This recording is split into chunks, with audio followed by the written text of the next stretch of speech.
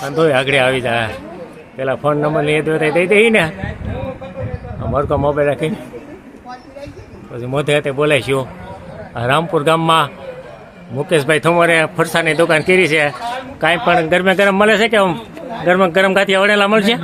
નહીં લાવ્યું નહીં મળે. બાકી આમ છે જો એ મળશે. જો પેંડા છે ઓદરનું મળશે. રવડાને કંદોની તારીખ દેવી તો મળશે.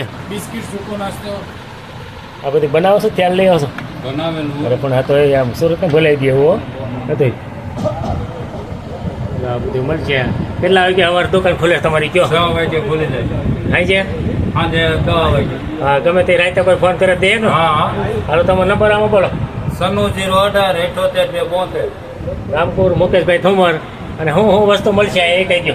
લાડવા, પેંડા, મગજની લાડવી, ભાંગે ગુંદીની લાડવા, ગાંઠિયા, ફાફડી, હા અમૂલનું ઘી, બિસ્કીટ, સેવડા, બધી જાતના સેવડા, નાન ખતાઈશ, સવાણું, બ્રેડ, પકોડા બનાવવાના, દાબેલી બનાવવાની.